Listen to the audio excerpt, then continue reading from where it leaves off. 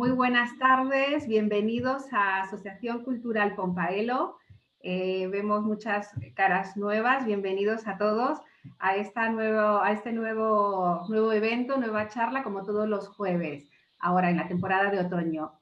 Recordar, nos podéis seguir, ahora vamos a pasar un live en Facebook para que podáis ver los que no estáis ahora por Zoom, podéis hacernos preguntas por Facebook o por Instagram. Y nada, animaros también a seguir con nosotros por Twitter y haceros socios si queréis, que es muy fácil, entrar en nuestra página web pompaelo.org, donde le responderemos pues, inmediatamente. Pues muchas gracias. Si queréis hacer una pregunta, los socios, como saben, tenemos en la parte inferior un icono que es de chat. Me podéis poner ahí todas vuestras preguntas y lo iremos comentando con nuestro invitado Javier Rupérez. Bienvenido, y doy paso a Eugenio para hacer la presentación. Gracias. Buenas tardes, bienvenidos. Bienvenido en primer lugar a Javier Rupérez, un político, un hombre de Estado, una de esas personas que hicieron la transición, que lucharon por la transición, esa cuya contenido de paz, convivencia, moderación y superación del pasado tanto molesta hoy a los indocumentados que no la vivieron y pretenden negarla como un hito en la historia de nuestro país. Javier Rupérez nació en y tantos años, es licenciado en Derecho y Periodismo por la Universidad Complutense de Madrid y allí mismo participó en 1963 en la fundación de aquella necesaria bitácora para la llegada de la democracia a España, que fue la revista Cuadernos para el Diálogo.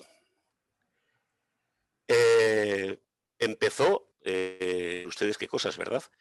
En una cosa que se llamaba Izquierda Democrática, y desde allí llegó en 1977 a Unión de Centro Democrático, de cuya coalición fue miembro del Comité Ejecutivo y secretario de Relaciones Internacionales. Lógicamente, cuando se habla de Javier Rupérez, hay que hablar de su secuestro a manos de ETA político-militar el 11 de noviembre de 1979, en un secuestro que lo mantuvo cautivo durante 31 días y de cuya responsabilidad escapó ese hombre de paz que es Arnaldo Otegi.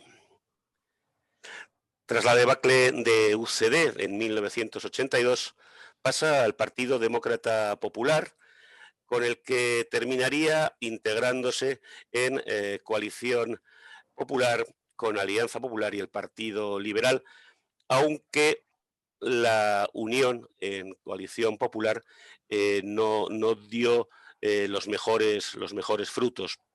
Posteriormente, una vez creado el Partido Popular, se integra en este partido, del cual fue vicepresidente y miembro de su comité ejecutivo hasta el año 2000. Ha sido parlamentario, diputado y senador. Ha sido presidente de la Comisión de Asuntos Exteriores y de la de Defensa del Congreso de Diputados. Ha sido diplomático, embajador de España en Etiopía, Polonia, Finlandia y ante las Naciones Unidas, la Conferencia sobre la Seguridad y Cooperación en Europa y la OTAN.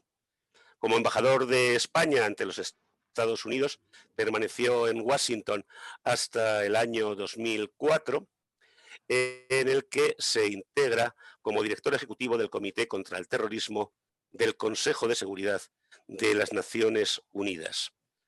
Posteriormente, y hasta 2013, fue cónsul general en Chicago, Estados Unidos. Es miembro de la Real Academia de Ciencias Morales y Políticas, en las que suponemos que no habría ningún miembro del actual gobierno, y es autor de numerosos libros sobre la confesionalidad del Estado, la Unión Europea, la Alianza Atlántica, el terrorismo de ETA y hasta una novela, El precio de una sombra, en la que vuelca, como en los anteriores, no poco de su propia experiencia.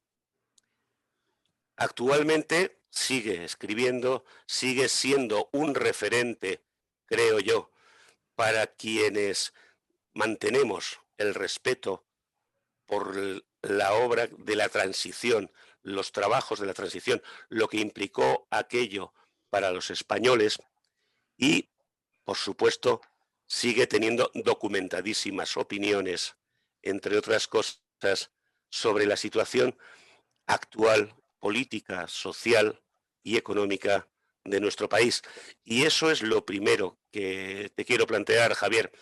¿Cuál es tu diagnóstico de la situación actual de España? Bueno, primero, muchas gracias por esta invitación, muchas gracias por tus generosas palabras de introducción, que en el fondo me han venido a recordar los años que uno tiene, ¿no? Lo cual no es siempre lo más agradable, pero en fin, efectivamente esa es básicamente mi vida, ¿no? No, mi impresión en ese momento es francamente preocupada, por no decir abiertamente negativa, ¿no? Yo creo que es decir, hemos tenido, a mí me gusta recordar un poco cuál ha sido la historia de España, ¿no? Y la historia de España en los últimos 200 años ha sido una historia complicada, ¿no? Prácticamente desde el momento de la invasión francesa, ¿no? El siglo XIX es un siglo del cual uno no se siente, como español no se siente especialmente orgulloso, quizá con la excepción del momento de la Restauración. Pero en fin, hemos pasado abundantes guerras civiles y vosotros en Navarra lo sabéis también perfectamente. Hemos pasado una sangrienta guerra civil, hemos pasado una dictadura y hemos pasado también un momento que son estos últimos 40, 45 años en donde por primera vez en esos 200 años yo creo que España ha recuperado el sentido de lo que es el pertenecer al mundo occidental, al mundo democrático, al mundo civilizado, el recuperar el sentido de la pertenencia a ese mundo, que al fin y al cabo ha sido siempre el nuestro, y al mismo tiempo también el buscar algo que era muy importante en función de esa agitada historia de los españoles, que es el sentido de la reconciliación, ¿no? Para mí el sentido de la transición y el sentido de la misma Constitución es fundamentalmente la recuperación entre la recuperación de los españoles, ¿no? El sentido de decir, nos damos la mano, no es que olvidemos el pasado, pero pura y simplemente lo que decimos es que ese pasado no nos va a condicionar. Vamos a construir un futuro que esté basado sobre toda una serie de normas comunes de comportamiento que tienen que ver con la democracia liberal, con el Estado de Derecho, con la economía social de mercado y que tiene al mismo tiempo todo que ver con eso que la Constitución española llama la indisoluble unidad de la patria, ¿no? Todo eso ha funcionado durante esos 40 años. Hemos contemplado y estamos contemplando todavía, desgraciadamente, toda una serie de polémicas sobre la monarquía, sobre el rey. Lo que hay que recordar es que la monarquía constitucional es una parte fundamental del esquema constitucional en el cual nos estamos moviendo y que esa monarquía, la de Juan Carlos I, ha sido un elemento absolutamente definitorio para que efectivamente viviéramos en democracia. No únicamente viviéramos en democracia, sino que recuperáramos el orgullo de ser españoles, es decir, la autoestima que estaba enormemente perdida, y que al mismo tiempo también fuéramos capaces de integrarnos en todas esas instituciones internacionales de tipo democrático en las cuales no habíamos estado en el nacimiento, ¿no? En este año estamos celebrando el 75 aniversario de la creación de las Naciones Unidas, ¿no? España no estuvo en 1945 en la creación de las Naciones Unidas. Entramos en el año 45. España no estuvo en la creación de la Unidad Europea, de la Unión Europea. Entramos mucho más tarde, en el año 86. España no estuvo en la creación de la OTAN. Estamos desde el año 1982. Todo eso lo hemos ido recuperando como parte fundamental de ese proyecto de vida en común, de reconciliación y al mismo tiempo también de sentido de progreso hacia una España más integrada dentro de su diversidad, más respetuosa con los derechos humanos y las libertades fundamentales, y al mismo tiempo también muy respetuosa con el Estado de Derecho. Eso comenzó a romperse con la presidencia de Zapatero en el año 2004, ¿no?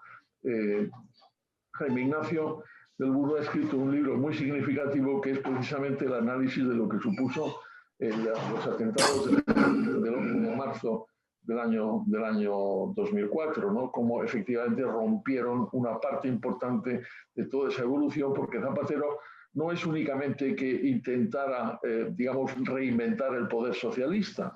Lo que intentó por todos los medios es romper el sentido de la reconciliación que se había conseguido con la Constitución, ¿no? Y volver a esa España de la memoria histórica, de la memoria guerra civilista, de esa historia en donde parece como si los que habían perdido la guerra quisieran ganarla después, cuando en el fondo no se trataba de saber quién había ganado la guerra, no la había ganado nadie, la habíamos perdido todos, y precisamente era el sentido de la reconciliación. Bueno, luego ha habido otros momentos con el Partido Popular, también marcados mucho por la crisis económica del año 2008, 2009, 2010, donde yo creo que hubo mucha más preocupación por el tema económico, lo cual me parece perfectamente lógico, y menos preocupación, desgraciadamente, por lo que era el mantenimiento de las líneas fundamentales, de las cuadernas fundamentales de la evolución constitucional. Y en ese momento lo que estamos contemplando es realmente escandaloso, realmente escandaloso. Y yo creo que hay que decirlo con todas las palabras, porque estamos, por una parte, tenemos un gobierno realmente insólito en la historia de los gobiernos democráticos occidentales. Tenemos un gobierno cuya preocupación fundamental en este momento es la destrucción del sistema constitucional en el cual estamos viviendo, ¿no? Y eso lo estamos contemplando día a día en manifestaciones de prácticamente de todos los miembros del gobierno, unos porque lo dicen y otros porque se callan. Y claro, tener, por ejemplo, la presencia de un vicepresidente del gobierno como Iglesias, que manifiestamente está en contra de la monarquía, de la Constitución, de la unidad de la patria, realmente es insólito, aparte de muy preocupante, ¿no? Y consiguientemente tenemos una situación en la cual, primero, estamos perdiendo esa autoestima en la cual nos habíamos acostumbrado a vivir, con independencia de que hubiera mejores y peores momentos. Estamos perdiendo de una manera gravísima la reputación internacional que habíamos conseguido ganar precisamente con la transición. Yo he sido diplomático, tengo años suficientes para haber sido diplomático joven durante los tiempos de Franco, sé perfectamente lo que era vivir el aislamiento diplomático de aquellas épocas y sé perfectamente lo que es al mismo tiempo el gozo que produce la recuperación de la participación y al mismo tiempo también el gozo que produce la estima que produce el hecho de que un país como España recupere la democracia. En este momento la reputación internacional está realmente y lamentablemente por los suelos y al mismo tiempo también, digamos, junto a un pésimo gobierno se ha juntado una pésima situación sanitaria debido a la pandemia, ¿no? He escrito un libro que acaba de ser publicado, que es un diario sobre los días de los meses de la pandemia que pasaba aquí en Madrid, que se llama Las Crónicas de la Pandemia, en donde reflejo todo ese tipo de preocupaciones. Unas preocupaciones que tienen que ver con la situación sanitaria, con el tratamiento, y otras preocupaciones que tienen que ver con la radical incapacidad del gobierno que tenemos para enfrentarse a esos temas y a otros temas, ¿no? Y al mismo tiempo también cómo ese gobierno, por todos los medios, lo que está procurando no es ya romper la Constitución, sino favorecer algo que es, de nuevo, la guerra civil, de nuevo, el enfrentamiento entre los españoles, ¿no? Yo creo que esa es la descripción que yo hago, no es nuevo, lo he escrito en diversos medios públicos, es la situación que tenemos y la situación que nos debe llevar a determinados análisis con el futuro de la situación política. Y yo sí creo que a todos efectos, todos aquellos que en este momento creen en la Constitución, creen en la necesidad del mantenimiento de la integridad constitucional, creen al mismo tiempo también en el mantenimiento de la democracia liberal que nos hemos dado a partir de 1975, tendrían que reflexionar sobre las opciones políticas. Las opciones políticas de los constitucionalistas están en este momento divididas. No me corresponde a mí dar fórmulas para unos y para otros, pero ciertamente, como español preocupado por la situación actual, sí me parece que todos esos constitucionalistas hoy divididos tienen una responsabilidad histórica y política absolutamente fundamental, que es buscar las maneras exactamente de unirse de nuevo, como hizo en su momento UCD y como hizo en su momento el Partido Popular. Hay que recordarlo. y consiguientemente tomar las medidas, porque es que si no, realmente este país no es que vaya mal, es que desaparece. Desaparece, que ahí tenemos a los separatistas cada vez más, más matones, cada vez más atrevidos, cada vez más arrojados, porque al mismo tiempo son aliados del gobierno.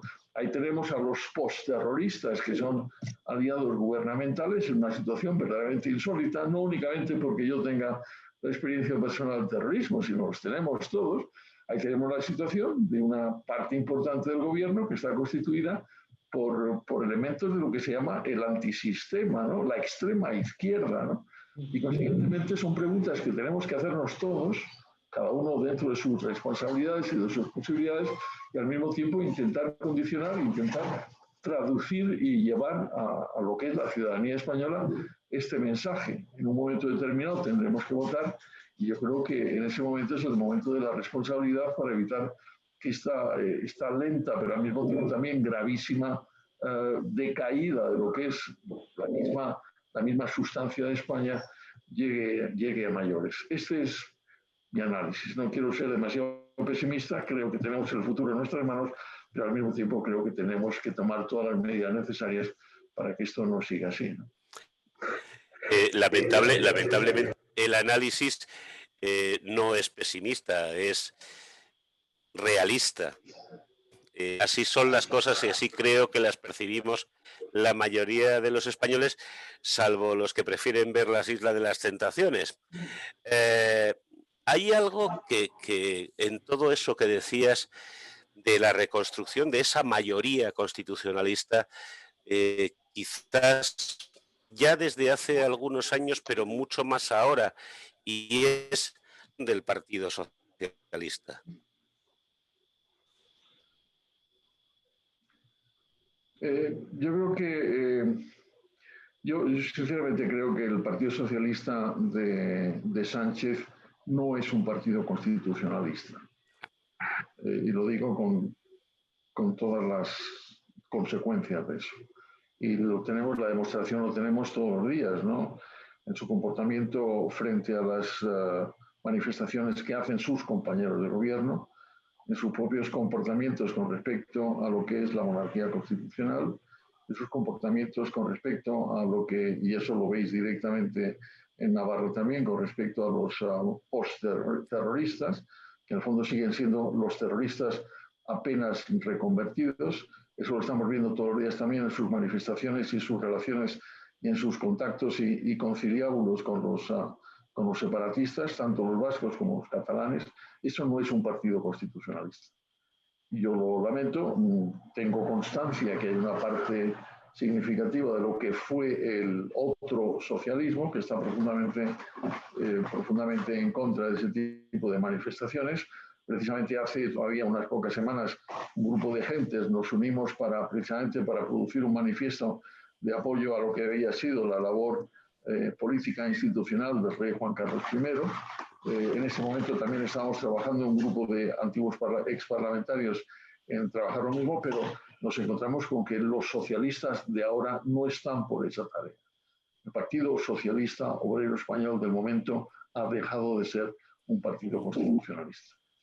Bueno, tengámoslo en cuenta, ¿no? No nos engañemos, no creamos que las cosas son diferentes, ¿no? Hay que ver, vamos, yo creo que hay manifestaciones muy claras. Cuando vemos las declaraciones, desde mi punto excesivamente pocas, que hace Felipe González con respecto a lo que está ocurriendo en este momento, pues es una traducción directa de ese mismo sentimiento. Aquí el constitucionalismo está formado por aquellos partidos que creen en la Constitución y que quieren mantener el núcleo fundamental de la Constitución. Yo no digo que para eso haya que mantener la integridad de la Constitución. Ya sabemos que hay cosas que mejorar y hay procedimientos de mejora. Pero la indisoluble unidad de la patria en este momento la están manteniendo una serie de partidos, que son el Partido Popular, que es el Partido de Ciudadanos y es Vox, claramente. Bueno, pues que se arreglen entre ellos, que no nos sigan mareando con historias varias, porque al fin y al cabo de ellos depende de que efectivamente se formen las correspondientes mayorías para evitar esta caída progresiva de la misma entidad española. Me parece, Javier, tengo una pregunta que es un poquito de abogado del diablo. Cuando uno piensa en cómo hemos llegado aquí, como dices, ha habido veces en que se ha atendido más a la economía que a otras cosas más institucionales, más de fondo.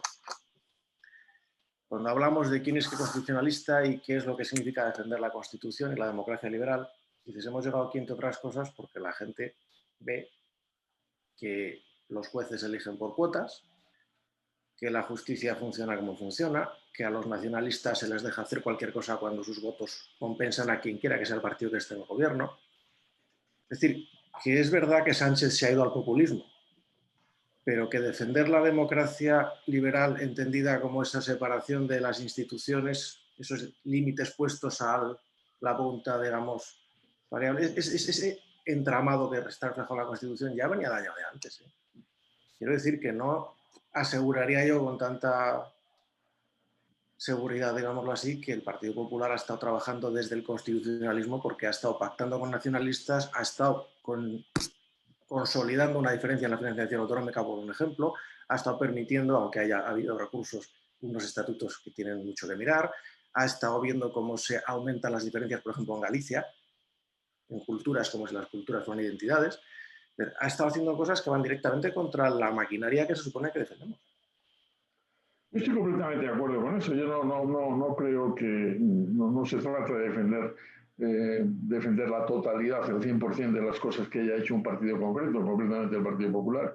Y soy perfectamente consciente de las cosas que se han hecho, unas justificadas, otras no justificadas. Al fin y al cabo también lo que hay que tener en cuenta es que, bueno, vivimos en la situación en donde hay que formar mayorías, hay que facilitar la acción del gobierno y eso produce toda una serie de compromisos que a veces no son del gusto de todos, incluyendo a mí mismo, incluyéndome a mí mismo. Soy perfectamente consciente. Yo creo que hay que aprender también de esos errores en la medida en que esos errores o que esas necesidades o que esos impulsos nos han llevado precisamente a donde estamos. Pero el Partido Popular nunca ha puesto en duda la unidad de la patria. Lo habrá hecho mejor, lo habrá hecho peor, nunca ha puesto en duda la integridad constitucional en sus aspectos básicos. Yo creo que eso es cierto. Habrá habido concesiones de las cuales en este momento nos podemos quejar y nos debemos quejar para aprender y para no hacerlas. Pero yo creo que eso es así, ¿no? Yo creo que desde ese momento, vamos, yo no quiero aplicar tampoco etiquetas a unos y a otros. El constitucionalismo en este momento está en los partidos que creen en la integridad constitucional. El PSOE no está ahí. Ciertamente Podemos no está ahí, por no hablar de los separatistas catalanes o vascos o por no hablar de Bildu y de los terroristas, ¿no? O sea que yo creo que esa es la realidad que en este momento tenemos que tener en cuenta y una de las cosas que tenemos que tener en cuenta también es que el país está dividido, efectivamente está polarizado. No es el único país polarizado del mundo, pero está polarizado. Yo creo que una de las cosas que están haciendo precisamente la extrema izquierda junto con los socialistas y luego apoyados con los separatistas es favorecer esa polarización. Pero al mismo tiempo tenemos que recordar que si esa polarización desapareciera, por lo menos en el terreno de la derecha y del centro derecha, posiblemente tendríamos una mayoría parlamentaria significativa. Hay que tenerlo en cuenta, ¿no? Porque mientras tanto, pues sí, unos y otros quieren ganar cuota de poder, cuota de representación, me parece perfectamente respetable en un esquema pluripartidista, pero nos estamos jugando la vida, ¿no? Estamos jugando la vida del país, nos estamos jugando la existencia del país. Y lo que sí os digo es que aparte de las cosas que en este momento sentimos, sufrimos y constatamos desde el interior de España, desde el exterior de España, este país está tocando fondo. Está tocando fondo. Teniendo en cuenta que en el periodo que transcurre desde el año 1975 hasta el año 2004 éramos, pero vamos, el ejemplo de lo que había que hacer desde el punto de vista de la transición de la dictadura a la democracia, desde el punto de vista de la construcción de la democracia, desde el punto de vista de lo que era la reconciliación de toda la ciudadanía. En este momento estamos tocando fondo. Hemos visto, por ejemplo, que hace unos días el Ministerio, la ministra de Asuntos Exteriores, está proponiendo un consejo para recuperar el prestigio exterior, olvidando una cosa básica, y es que el prestigio exterior se construye fundamentalmente con el prestigio interior, y eso es lo que hemos caído. Aparte de que cuando uno ve, por ejemplo, cuáles son los integrantes de esa comisión, pues realmente yo creo que conocéis mejor que yo a un tal Innerarity, ¿verdad? como para que esté en este momento participando en una comisión de la reconstrucción. Veo la cara que pone Jaime Ignacio, ¿verdad? Pues eso, en eso estamos, ¿no? De manera que seamos conscientes de lo que está en juego, ¿no? Y quizá lo del prestigio sea lo de menos. Lo demás es que tenemos un país que en este momento está en caída libre. Caída libre social, en caída libre económica, en caída libre política, en caída libre internacional. Y los responsables tienen nombres y apellidos. No digo yo que sean los únicos, efectivamente se podemos repartir culpas a lo largo del tiempo, pero tienen nombres y apellidos. Están en el gobierno todos, ese gobierno que insólitamente está dedicado fundamentalmente a la destrucción constitucional. En el gobierno y apoyándoles. Yo creo que no era tanto a repartir culpas, sino pensaba en si la solución tiene más que ver con convencer a los votantes de que se busca algo que va a arreglar el problema a largo plazo, que en agrupar productos, no sé si me explico. Es decir, que no sería tanto cuestión de tener las 3 etiquetas en el mismo paquete, como decirles dentro del paquete algo que va a resolver el problema que te está arrastrando a ti o te está poniendo tan fácil que te arrastre el populismo de la banda que sea. Lo que pasa es que esto de la vida democrática de las elecciones tiene también su traducción matemática, ¿no? Y hay que tenerla en cuenta. Podíamos pensar, no, vamos a cambiar el sistema electoral y vamos a hacer un sistema electoral diferente. Bueno, primero, en este momento no estamos en situación de cambiar el sistema electoral y el sistema electoral es el que es y ya sabemos perfectamente cómo funciona. Ya sabemos perfectamente cómo se hacen las mayorías y las minorías. Consiguientemente, pues que cada cual haga frente a sus responsabilidades. Es decir, si se sigue presentando opciones diferentes, no se va a ningún lado. Tal como están haciendo esto. Sí, efectivamente. Muchas gracias, Javier. Tenemos 2 preguntas. Carlos, haz tú primero. Muchas gracias. El señor Rupérez acaba de dar una de las claves, a mi modo de ver, del déficit democrático que tenemos actualmente y que viene también de atrás, que es la autocrítica.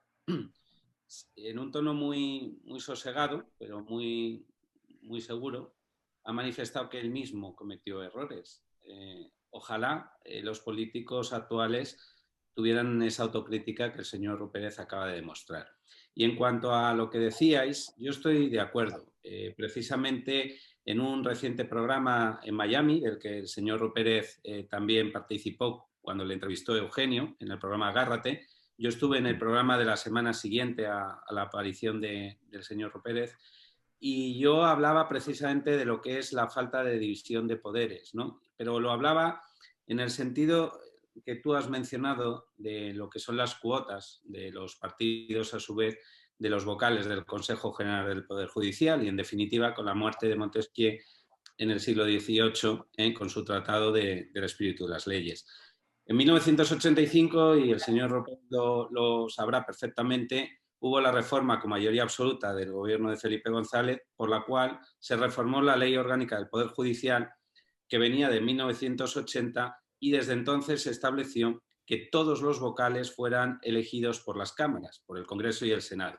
Eso fue una clara injerencia y una muerte, como digo, a la separación de poderes, al menos en una democracia real, ¿no? Pero el problema, y ahí apuntas bien, es que los partidos políticos, los gobernantes posteriores, incluido el Partido Popular con mayoría absoluta, no revirtió esta clara injerencia. Incluso el señor Ruiz Gallardón tuvo la ocasión con mayoría absoluta, y lo llevaba en el programa, para acabar con el nombramiento de la mayoría, ¿no? de los vocales por las cámaras y no por los propios jueces. Esto ha estado en manos de los gobernantes y los políticos. Como dice el señor Rupérez, estamos ahora donde estamos. Y el problema es que con esta partitocracia que se ha ido generando, han llegado unos populistas al poder, que es Podemos, Bildu y todos sus amigos ahora de los socialistas, que esto ya no es ni el Partido Socialista ni el Obrero Español que conocimos, y están cargándose el espíritu democrático, como dije yo en la presentación cuando me presenté a todos ustedes. Por tanto, comprendo al señor Rupérez, el momento actual es muy complejo, puesto que cambiar ahora el sistema electoral, incluso la ley orgánica del Poder Judicial, es complejo, puesto que ya incluso pretenden hacerlo con mayorías no cualificadas, sino mayoría absoluta, para cerrar el círculo y que Podemos, que ya está en todas las instituciones, incluido en el CNI, sigan pervirtiendo la democracia. Así que más que una pregunta era una observación y una reseña de que la autocrítica es muy necesaria y hoy, hace un ratito, el señor Pérez lo ha hecho, cosa que agradecemos, o yo al menos lo agradezco. Sí, yo estoy completamente de acuerdo que se han perdido ocasiones importantes y una de ellas es precisamente la de volver a la ley anterior del Consejo General del Poder Judicial. Eso me parece que desde ese punto de vista es imprescindible volver a la situación anterior. ¿Cuándo podremos hacerlo? No lo sé, porque depende también de las mayorías parlamentarias, ¿no? Pero yo creo que habría que tener también otra serie de cuestiones. Por ejemplo, no hablando del Consejo General del Poder Judicial, sino del Tribunal Constitucional, ¿no? Yo creo que habría que reformar también las normas que permiten el acceso al Tribunal Constitucional, primero para fijar unos determinados parámetros quizá de edad, para retrasar la edad de los magistrados que pudieron acceder al Tribunal Constitucional, y segundo, para hacerlos vitalicios, porque eso daría al Tribunal Constitucional una posibilidad, digamos, de neutralidad total, que es precisamente lo que ocurre con el Tribunal Supremo Americano, que es el Tribunal Constitucional Americano. Son cargos vitalicios, por eso en este momento, como sabemos, hay toda la disputa sobre la nueva magistrada que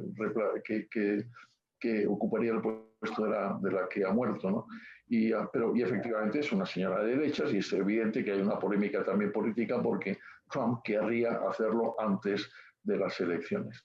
Pero lo que es evidente es que esa señora y otros señores o señoras que están ahí una vez en el Tribunal Supremo Americano se comportan de acuerdo a sus concepciones, pero no de acuerdo a los mandatos de los partidos políticos que los han propuesto, porque ya no tienen a nadie que responder nada más que a ellos mismos y al pueblo americano. Y eso supone una cosa absolutamente fundamental, que es el enorme prestigio que tiene el Tribunal Supremo de los Estados Unidos. Prácticamente, no digo yo que todos los americanos, pero un buen significativo número de los americanos saben perfectamente quién es el presidente del Tribunal Supremo y saben precisamente quiénes son los nombres de los otros miembros del Tribunal Supremo. Yo les confieso que yo no sé quién es el presidente del Tribunal Constitucional Español. Y sé alguno de sus miembros porque coincidió con nosotros y con Jaime Ignacio del Burgo en las mismas formaciones políticas, pero no sé quién más. Y luego, bueno, por el español, vamos, yo no sé de ustedes si saben, a lo mejor tú lo sabes, Carlos Lacaci, quién es el presidente del Tribunal Constitucional Español, yo no lo sé. Pero seguramente don Jaime Ignacio del Burgo, que está en esos foros, lo sabe, pero digamos, tenemos que recuperar el sentido del prestigio. Y que conste que yo no creo tampoco que la justicia española deba ser descalificada. Y lo estamos viendo también en estos mismos días, ¿no? Es decir, hoy mismo ha habido una decisión del Tribunal Supremo de Justicia de la Autonomía de Madrid significativa. Vamos a ver exactamente lo que pasa también, pero ha habido un juez que en ese momento está en trance de solicitar del Supremo la imputación del vicepresidente, de uno de los vicepresidentes del gobierno. Bueno, vamos a ver lo que pasa. Claro, lo preocupante es que ese vicepresidente en este momento dice que se pasa a las decisiones del Tribunal Supremo por el forro de esos elementos que todos conocemos, ¿no? Y eso sí que es un ataque directo contra un elemento absolutamente fundamental y vital de la democracia, que es la división de poderes. Y eso es una de las cosas que tenemos que constatar. Es decir, todos ellos, mal que bien, lo que están procurando es un sistema, digamos, sovieto-bolivariano, ¿no? En donde, en el fondo, tienen en el fondo de la cabeza a Lenin y a Stalin, y en la proximidad, no únicamente en la proximidad ideológica, sino en otras proximidades que en su momento convendría conocer también, el régimen de Maduro, ¿no? Y el régimen boliviano. En eso estamos viviendo, ¿no? La verdad que yo estoy de acuerdo con eso, pero reconozcamos también que, hombre, a mí me preocupa también lo que está ocurriendo con la Fiscalía General del Estado y con la Fiscal General del Estado y con sus relaciones personales, cosas de estas que en una democracia no se llevan bien. Estamos viviendo también una situación en donde hay señoras que llegan a ser ministras porque son las mujeres o las parejas o lo que sean de los vicepresidentes, pero bueno, eso ocurre en Nicaragua, ¿no? Ocurría en la Rumanía de Ceausescu.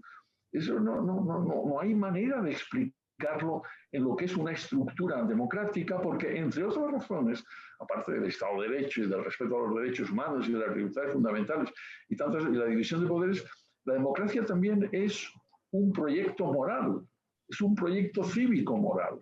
Y hay determinados comportamientos que no se compadecen con ese, a no ser que creamos que la democracia es compatible con el nepotismo, por ejemplo. Bueno, si eso lo creemos, acabamos como eso, como Maduro, o como Ortega, o como Ban Ki-moon, como el coreano del norte, ¿no? Este era del sur, ¿no?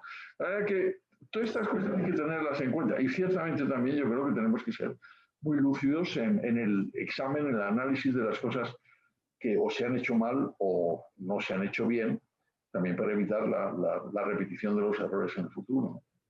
Simplemente por decirle al señor Rupert, ya que preguntaba, bueno, es cierto, y yo le confieso que antes de invitar al señor González Rivas, que es el actual presidente del Tribunal Constitucional, a un coloquio que hicimos en el Consejo General de la Abogacía, yo le manifiesto que no le conocía tampoco por nombre y no... ¿Cómo se llama? ¿Cómo se llama? González Rivas. González Rivas, bueno, lo recordaré. Pero yo sé perfectamente quién es el presidente. Sé perfectamente quién es el presidente del Tribunal Supremo americano y prácticamente le podría recitar los 9 nombres de los integrantes. Aquí, la justicia allí funciona de otro modo.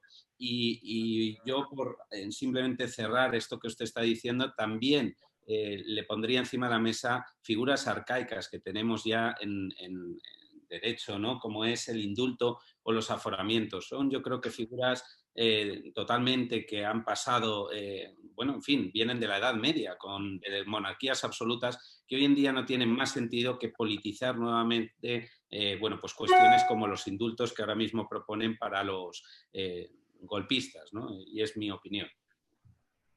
No, desde luego, ¿puedo decir algo?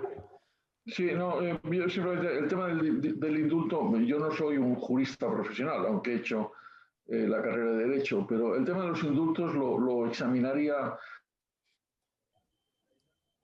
de una manera profunda. Creo que la capacidad que puede tener el Ejecutivo de ejercitar un derecho de gracia habría que argumentarlo y habría que instrumentarlo bien, pero a mí no me parece en principio rechazable. Los aforamientos, sí, yo creo que hay que acabar con los aforamientos, hay que acabar con todos los aforamientos. Hay que acabar con muchas cosas, ¿no? Pero hay que acabar con los aforamientos y, curiosamente, el propio Iglesias hace poco tiempo reclamaba el fin de los aforamientos y ahora en ese momento está el tío ahí detrás de la barricada del aforamiento para que no le toquen. Hombre, por Dios, está a la altura. Javier, que tenemos muchas preguntas. Muchas gracias. Esto estás haciendo muy, muy interesante. Eduardo que lleva esperando un buen rato. Y luego Javier, que también Javier del Burgo tiene... Jaime Ignacio. Jaime Ignacio, perdón. Eduardo, venga, adelante. Hola, buenas tardes, señor Pérez. Muchísimas gracias por dedicarnos su tiempo. Yo quería hacer una pregunta, un poco en relación, las declaraciones de Iglesias de hoy creo que son aún más graves. No es que haya dicho que le importa la decisión del Supremo, le da lo mismo. Ha dicho que todo el mundo sabe cuál va a ser la decisión del Supremo. Y eso me parece aún más grave todavía. Y otra cosa que ha vuelto a decir hoy, ha vuelto a repetir por segunda vez que la derecha no va a gobernar nunca en este país. Y esta vez ha dicho por medios democráticos, como diciendo van a tener que dar un golpe o algo así. Se ha venido a entender un poco que lo decía soltando de esta manera. Ligando estas cosas, quería preguntarles, usted como diplomático, ¿cree que la Unión Europea puede permitir o permitiría tener una Venezuela en el sur de Europa? Esa es mi primera pregunta. Y la segunda pregunta sería, ¿qué le parece la acción, la misión diplomática del señor Borrell, que ha cogido un poco por sorpresa a la Unión Europea? ¿Cree que esto lo puede permitir la Unión Europea? ¿Es nuestra única esperanza la Unión Europea realmente para parar este movimiento bolivariano que quieren instaurarnos? Cuando yo estaba en Naciones Unidas, uno de mis principales colaboradores era un ex embajador chileno en Naciones Unidas, un amigo mío, con el cual tenía muchas conversaciones no necesariamente relacionadas con lo que hacíamos en Naciones Unidas. Y una de ellas era precisamente sobre la posibilidad y la necesidad de que los países iberoamericanos buscaran, digamos, métodos de unión parecidos a los europeos, ¿no? Él me decía que eso era muy complicado y que era muy difícil y tal, y me decía, claro, la ventaja que tenéis vosotros es que al fin y al cabo esa Unión Europea es un poco la red de seguridad que tenéis, ¿no? Bueno, eso es cierto hasta cierto punto, claro, porque es decir, seguimos, la Unión Europea no es una entidad supraestatal, es decir, la Unión Europea es el resultado de la unión de varios estados que siguen manteniendo sus esquemas soberanos, aunque hayan cedido parte de sus atribuciones y, consiguientemente, al final la Unión Europea puede hacer una serie de cosas, de hecho está haciendo una serie de cosas, por ejemplo, con respecto a Hungría y con respecto a Polonia, y las manifestaciones, las declaraciones que está haciendo en este momento tanto el Parlamento Europeo como la Comisión Europea sobre el tema precisamente de la ruptura de la división de poderes en los dos países son muy significativos, pero al final la Unión Europea no puede impedir que la gente se vuelva loca, por ejemplo, ¿no? De manera que yo creo que desde ese punto de vista nosotros también tenemos que ser conscientes que la Unión Europea nos ayuda, pero al final la historia es la nuestra y tenemos que resolver nuestros propios problemas nosotros mismos. No nos van a ayudar a solucionar nuestros problemas. No nos van a ayudar a sentar en las sillas del gobierno a la gente que nosotros creemos que deben ser los responsables. No nos van a ayudar a solucionar nuestros problemas económicos más allá de prestarnos los dineros que nos pueden estar prestando. No nos van a ayudar a solucionar nuestros problemas, digamos, de autoestima o de proyección exterior. No tengamos ninguna duda al respecto. Es decir, la especie de traslación de responsabilidad diciendo que los europeos nos van a salvar, eso no es así. O nos salvamos nosotros mismos o nos condenamos nosotros mismos. La ayuda exterior es limitada. Y desde ese punto de vista yo creo, y no tengo, que conste que no tengo todos los datos, ¿no? Es decir, que mi análisis es un poco desde el exterior y sobre la base de mi experiencia, pero yo creo que Borrell ha actuado como ha actuado porque el gobierno español se lo ha dicho. Y el gobierno español se lo ha dicho a través de Sánchez porque por la insistencia de Iglesias. Buscando también una especie de, digamos, de blanqueo, se está diciendo en los medios públicos, de blanqueo del régimen de Maduro. Y al mismo tiempo también eso, según parece, sin el conocimiento de la presidenta de la Comisión. Ambas cosas me parecen muy graves. Es decir, que haya un gobierno europeo, democrático y occidental que esté intentando ayudar a una dictadura narcocorrupta como es la de Maduro, me parece de una gravedad realmente infinita. Que además lo haga a través del responsable de la política exterior de la Comunidad Europea me parece doblemente absurdo. Pero recordemos lo que pasó con la señora esta Rodríguez, que transitó por aquí sin haber podido transitar hace unos cuantos meses, ¿no? Y que se entrevistó con el señor Ábalos, que parece que está también introducido entre esa conspiración favorable a los venezolanos, y que además resulta que no únicamente dejaron que aterrizara el avión cuando los aviones venezolanos tienen prohibido el tránsito por los cielos europeos, sino que además dejaron que durante el tiempo que pasaron aquí, que nunca hemos sabido exactamente cuánto tiempo, pero toda una noche, resulta que en un momento determinado maletas y maletas salieron del avión venezolano y se introdujeron en España sin ningún control. De manera que estamos contemplando cosas de una gravedad infinita, ¿no? Para lo que uno cree que es la democracia occidental que queremos tener. No únicamente que la gente que pensamos como nosotros queremos tener, sino pura y simplemente el mundo en general, es decir, los demás. Hemos contemplado también qué es lo que ha pasado con los fondos europeos con relación a aquellos que se llaman los exigentes, ¿no? Los holandeses, los austriacos. Bueno, sí, a mí me parece muy bien que nos concedan las ayudas europeas, pero ¿qué es lo que les pasa a los holandeses y a los austriacos y a otros?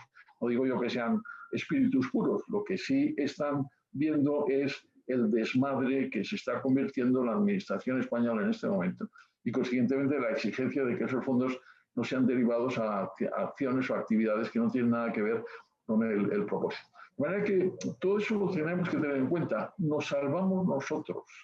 No esperemos la salvación de los demás. Ese tipo de historia de que al fin y al cabo, no, mire usted, ya somos responsables, somos ya mayorcitos, somos responsables de nuestras propias historias. Y si las cosas no van mal, no podemos transmitir las culpas a los demás. Serán nuestras propias culpas. El micro, Pati. Pero bueno, tenía la palabra Jaime Ignacio del Burgo, ¿no es eso? Exacto. Ignacio. Jaime, adelante, Sí. adelante, Jaime. ¿Me oís? Es Sí. que tengo problemas porque, no sé, tengo una conexión débil a internet por lo que me dicen y no sé si me escucháis bien. Perfecto. ¿Me escucháis bien? Te escuchamos. Bueno, sí, te pues voy a hablar lo que quería decir. Bueno, lo primero de todo, Javier, es, bueno, pues que comparto todo lo que has dicho, pero todo, absolutamente todo. No quito nada, absolutamente nada. Y lo que sí quiero poner de manifiesto es que, bueno, yo lo llevo diciendo también hace tiempo, estamos en plena revolución. Estamos en una revolución social comunista. Y la duda que siempre se podía tener es, ¿será solo Pablo Iglesias el que arrastra a Sánchez y Sánchez, con tal de conservarse en el poder, de mantenerse en el poder, pues hace lo que sea necesario? O si es Sánchez también el que está impregnado de la misma ideología de Podemos, que es la ideología comunista.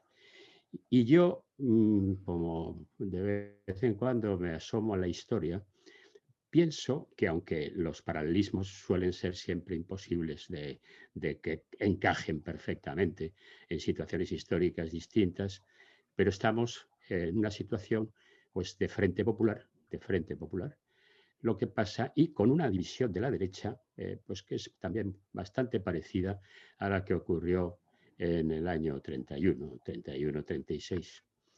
Y eso es, a mí me parece ya que lo que ha hecho Sánchez, lo que está haciendo Sánchez, es volver al ideario socialista que fue el que canceló el año 1979 Felipe González cuando aceptó la socialdemocracia europea, porque imposición de Willy Brandt, como sabes tú perfectamente, y acabó con los planteamientos que venían desde 1888, pues de la dictadura de la Revolución Social para implantar la dictadura del proletariado, la sociedad sin clases, la eliminación de la propiedad privada, etcétera. Bueno, que eso es lo que estuvo defendiendo, bueno, la Confederación de Repúblicas Ibéricas que defendía el Partido Socialista, incluso hasta el momento de la Constitución, y que defendió también el derecho a la autodeterminación. O sea que todo eso que estamos oyendo no es nuevo, es la vieja historia de los 100 años de los que se sienten tan orgullosos de socialismo fundacional desde Pablo Iglesias el viejo. Bueno, yo con eso quiero decir que lo que a mí me preocupa es que, por el otro lado, estamos siempre en lo mismo. Es que el Partido Popular, que cuando tuvo la mayoría absoluta, pues no tuvo la posibilidad de cambiar el Poder Judicial y no lo hizo. Quiero aclarar que tuve una bronca con Ruiz Gallardón por ese tema y que lo he manifestado pública y privadamente. Pero el Partido Popular tuvo un problema que se llamaba corrupción, que a mí me parece que era el problema que hundió al Partido Popular y que Pablo Casado, a pesar de todas las limitaciones que dicen que tiene, está tratando de sacar adelante al partido. Y yo creo que lo ha conseguido. Ha conseguido poner una distancia entre lo que significa eso, lo que significaba el tal. Bueno, entonces lo que quiero decir es que cuando has hablado, quizás es la única matización que quiero hacer, que es la de hay 3 partidos constitucionalistas en España, que son el PP, Ciudadanos y Vox. Quiero recordar que Ciudadanos nace con la finalidad de sustituir al PP y esa es la única obsesión que le lleva al señor Rivera a no pactar con el Partido Socialista, porque ya se veía como líder del centro-derecha, y esa fue su única obsesión, acabar con el Partido Popular. Y luego tenemos otro movimiento, que es el movimiento de Vox, que Vox no es constitucionalista, es que la Constitución hay que leerla entera, no solamente coger una parte, hay que aceptarla entera, lo cual no quiere decir que no se pueda reformar. Claro que se puede reformar, pero de todas formas no hay condiciones para reformarla. Tienes que hacer un procedimiento bastante complicado, afortunadamente, que es lo único que nos puede salvar. Entonces, quiero decir que a mí me parece que los salvadores de la patria lo único que están haciendo o han hecho hasta ahora es conseguir que el señor Sánchez se afiance más en la Moncloa. Porque luego, al final, cualquier intento como ya lo planteó el propio Casado, de haber ido juntos a las elecciones, Navarra, España suma, fue rechazado radicalmente porque somos, y en este caso me siento militante de base del Partido Popular, somos la derechita cobarde. Cuando yo oigo que se nos acusa de ser la derechita cobarde, pues me hierve la sangre. Y me callo muchas veces precisamente porque estamos en la situación que has escrito perfectamente, la situación de España. El problema está, y bueno, y ahora yo ya es que haciendo paralelismos, recuerdo que Azaña, en la ambición de Azaña, se cargó a Niceto Alcalá Zamora para ser él el presidente de la República, y me temo que estamos en una situación en la que el señor Sánchez es el Azaña del 36, que consiguió derribar ilegalmente al presidente de la República para ponerse él. Pero en fin, bueno, no quiero hablar más porque me parece que es un abuso, y solamente decirte, Javier, que estás en plena forma, que de verdad, y yo creo que el camino y lo que tú defiendes es lo que deberíamos defender todos. Sí, muchas gracias, Jaime. Belén, estás poniendo muchos comentarios muy interesantes. No sé si quisieras comentarle algo a Javier directamente. Activa el micro, eso es. Podría decir dos cosas. Claro. A lo que dice Jaime Ignacio. No, yo estoy básicamente de acuerdo con lo que él dice, pero al final yo creo que tendríamos que hacer y recordar lo que se hizo al principio de la OCDE y al principio del Partido Popular. Y Jaime Ignacio, y al fin y al cabo tenemos una gran parte de nuestras vidas en común, en ambos lados, ¿no? Y realmente tanto en la OCDE, pues, yo venía de la oposición democrática al franquismo, es decir, la posibilidad de encontrarme con algunos personajes que venían del tardo franquismo no me producía ninguna emoción, ¿no? En el caso de la creación del Partido Popular, pues también estaba todo el tema de Fraga, ¿no? Al final todo aquello pudimos de una manera extraordinariamente hábil, decente e inteligente limarlo para construir alternativas válidas al poder. Tendríamos que hacer exactamente lo mismo. Porque, claro, es decir, cuando Aznar deja la presidencia del gobierno en el año 2004, hay un partido. En ese momento hay tres partidos. Ya lo sé lo que ha pasado con Rivera, no me produce ninguna emoción. La señora Arrimadas tampoco me produce ninguna emoción. El Vox tampoco me produce ninguna emoción. Lo que pasa es que constato que hay bolsas electorales que en su momento pertenecieron al Partido Popular y en este momento, por razones que tienen que ver también con las mismas fragilidades del Partido Popular, están en otras partes. Y eso tiene una traducción matemática que es la que es. Es la que es. Y segundo, ¿cuál es la ideología de Sánchez? Yo no creo que tenga ninguna ideología. La única ideología que tiene Sánchez es la suya, es el poder, es él. Desde ese punto de vista hay dos personajes en la vida internacional que son exactamente iguales, intercambiables, con independencia de cuáles sean sus alineamientos políticos. Uno se llama Sánchez y el otro se llama Trump. ¿Y sabes cuál es la descripción? No estoy utilizando adjetivos, sino simplemente elementos descriptivos. Son dos psicópatas que no tienen ningún elemento de referencia nada más que ellos mismos. Y les da exactamente cualquier otra cosa que no sean ellos mismos. Y es lo que estamos contemplando. Lo que pasa es que recordemos cómo se forma el gobierno actual.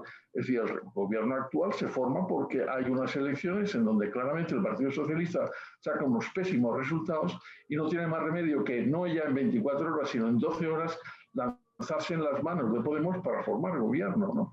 Si hubiera sido otro la alternativa, pues hubiera hecho lo mismo, ¿no? Yo desde ese punto de vista creo que el factor ideológico está en Podemos y un elemento muy importante.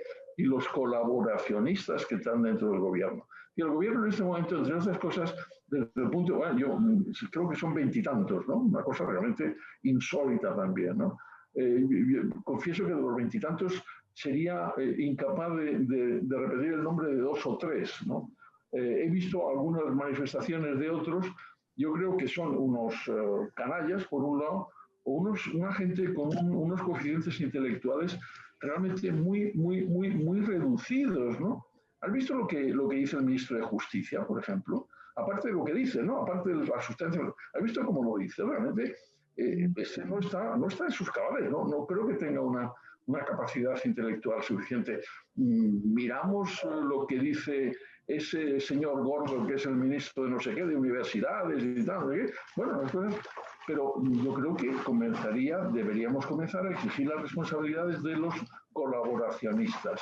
¿Qué está haciendo la señora Calviño en ese gobierno? ¿Qué es lo que está haciendo la señora Robles en ese gobierno? Porque claro, digamos, los colaboracionistas... Bueno, Borrell ya está, pero claro, Borrell siempre ha tenido una capacidad de navegación notable, ¿no? Pero en su momento los colaboracionistas siempre han sido los que han pretendido salvar a los autoritarios, ¿no? O a los dictadores. Bueno, yo creo que esas cosas hay que irlas planteando, para que luego no nos vengan diciendo que ellos son los buenos en un conjunto de malos. No, ustedes tienen las responsabilidades. Y si las cosas van mal, hay una cosa que hay que hacer, que en ese país se hace poco, que es dimitir y plantear una opción contraria para corregir las cosas.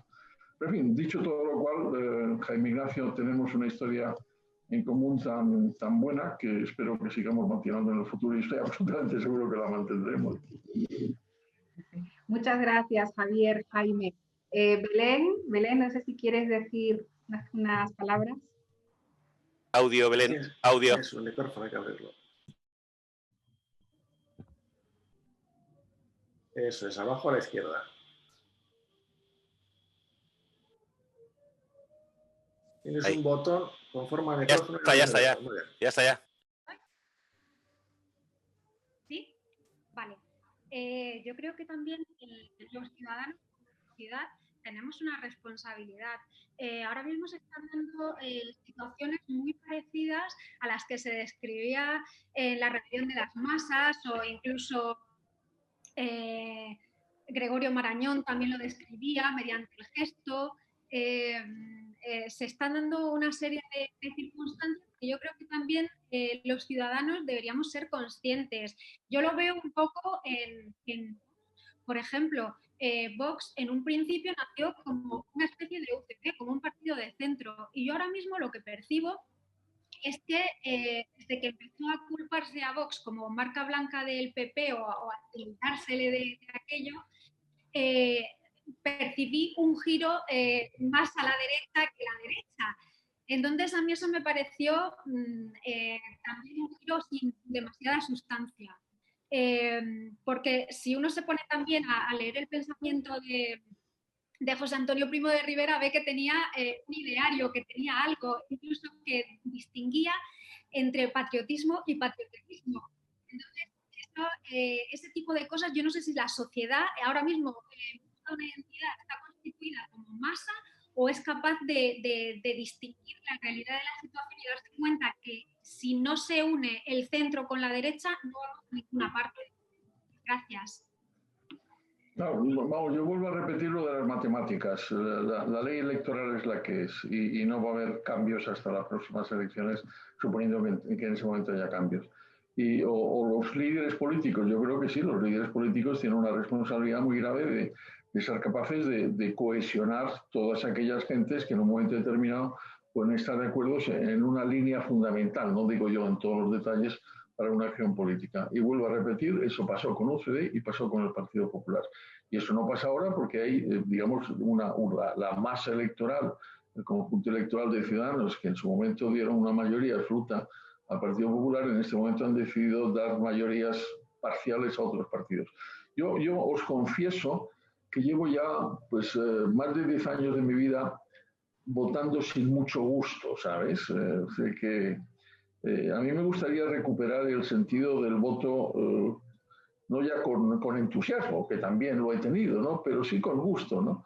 Sigo votando, no voy a decir qué es lo que voto, de luego hay cosas que no se me ocurrirían votar en mi vida, pero lo hago con poco gusto. Y a mí me gustaría también, y eso estoy absolutamente convencido que le pasan a muchos españoles, que les gustaría depositar el voto en un sentido de identificación con lo que voten, al mismo tiempo con la garantía de que efectivamente ese voto les va a llevar a una, digamos, a un esquema de representación de sus intereses razonable.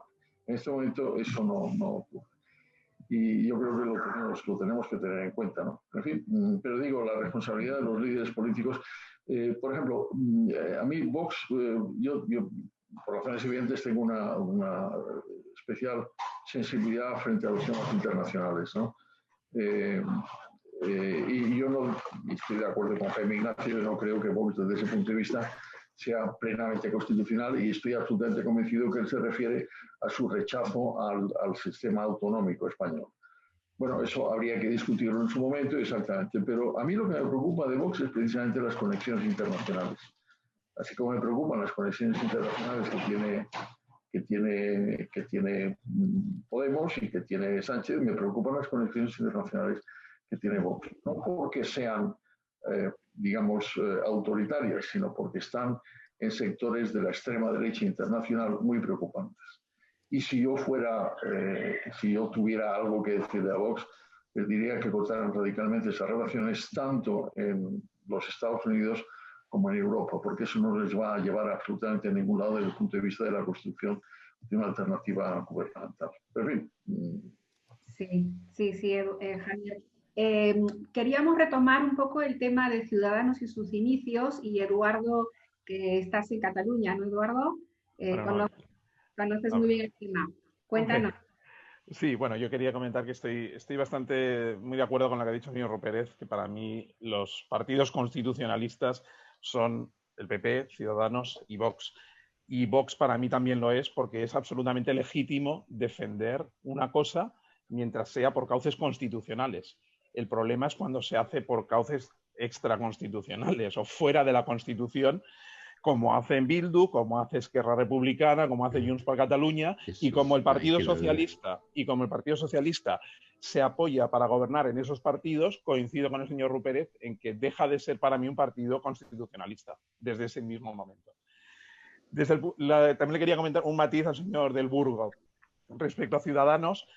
Evidentemente, el gran error de Ciudadanos ha sido querer dar el sorpaso al PP y no conseguirlo. Ha sido el error evidente de Rivera, y ahí está donde está. Pero los orígenes de Ciudadanos no eran esos, y eso se lo puedo explicar bien porque yo soy catalán, vivo en Pamplona desde hace 8 años, pero soy catalán, y participé en la fundación de Ciudadanos, estuve allí, y la idea de Ciudadanos era precisamente captar todo ese voto que votaba a la izquierda en las generales, porque votaba Felipe González y dejaba de votar en las autonómicas, con lo cual Pujol se hacía con el poder una y otra vez. Estaba enfocado desde la izquierda.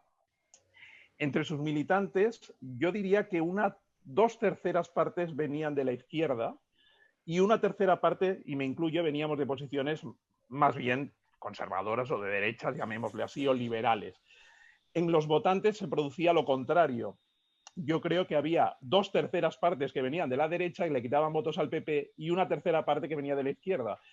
Y eso en las últimas elecciones autonómicas, en las que tuvo un éxito tremendo Ciudadanos, había conseguido por primera vez el voto del cinturón obrero alrededor de Barcelona.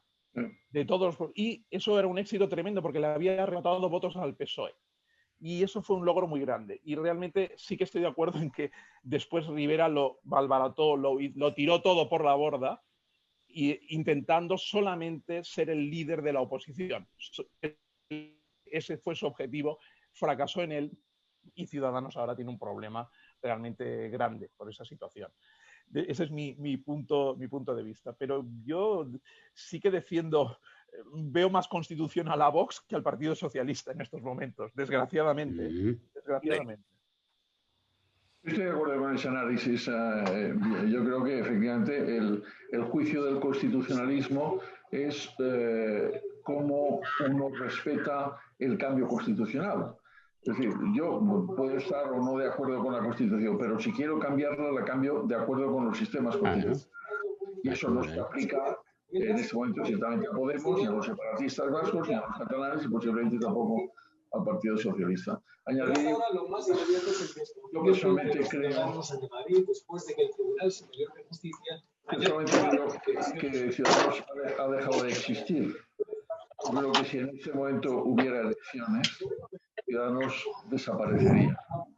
De hecho, ya lo hemos visto parcialmente, tanto en las elecciones vascas como en las elecciones gallegas. Es decir, han intentado un juego con los gallegos, con independencia de lo que uno piense de Núñez Feijóo, que no les ha salido. Yo creo que Ciudadanos ha dejado de existir. Como yo también creo que si en este momento hubiera elecciones, Podemos caería de manera estrepitosa. Entonces, yo creo que ahí el margen está, por una parte, a ver qué es lo que hace el Partido Socialista en la izquierda, y por otra parte, a ver lo que hace el PP y Vox. Yo creo que esos son los juegos. A mí me gusta el bipartidismo, francamente. Yo creo que es una manera, no digo yo que sea perfecta, pero es una manera razonable de distribuir las responsabilidades y al mismo tiempo de articular la democracia.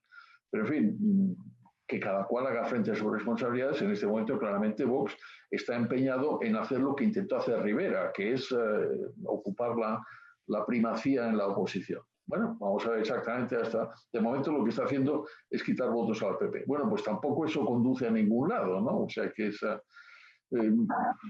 una situación complicada, pero insisto, la responsabilidad de los líderes políticos es siempre grande. En este momento es realmente cósmica.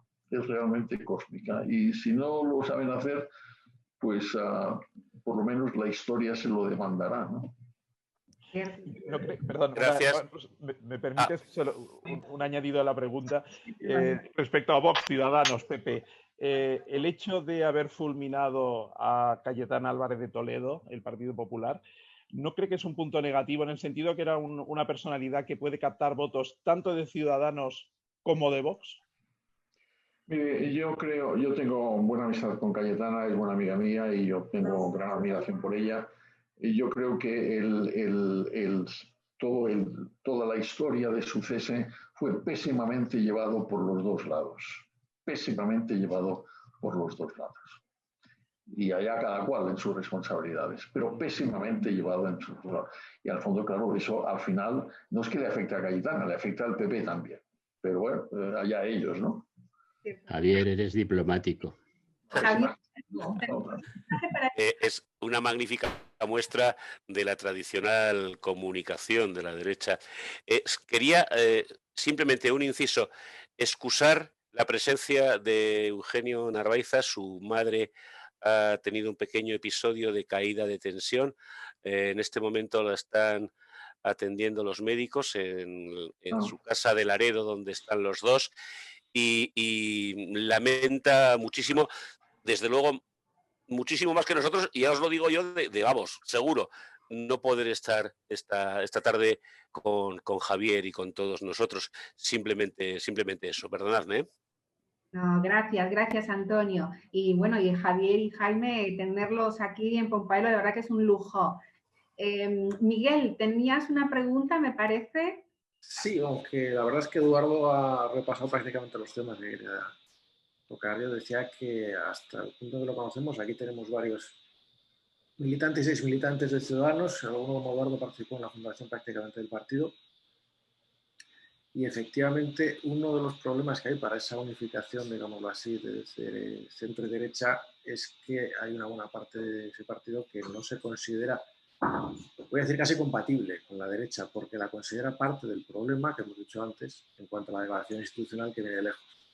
Entonces, para conseguir esa unificación, esa confluencia, hace falta algo más que limar asperezas. Lo que decía antes, hace falta encontrar un programa que puedan compartir unos auténticos reformistas, que siguen siendo los que impulsaron ese proyecto y los que todavía quedan en él, y gente que está más centrada en otra forma, digamos, buena gestión, etcétera, otros principios, pero que no tiene esa llamada necesidad de reformar el campo juego. Es decir, que no es simplemente un problema de marketing ni es un problema de convivencia de liderazgos, es un problema de que lo que representa cada uno de esos partidos en este momento no sé si es compatible.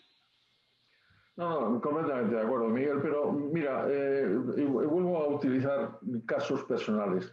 A mí Fraga no me producía ninguna emoción, porque yo venía de la oposición democrática al franquismo. Yo había, no digo yo, tampoco voy a exagerar, no es que hubiera sufrido nada por parte de Fraga.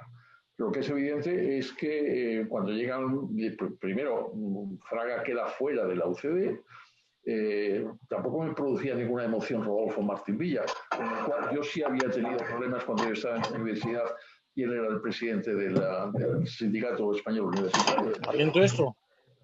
O sea que, y sin embargo, llegó un momento que efectivamente concebimos una posibilidad de aproximación desde el punto de vista personal, desde el punto de vista político, desde el punto de vista programático.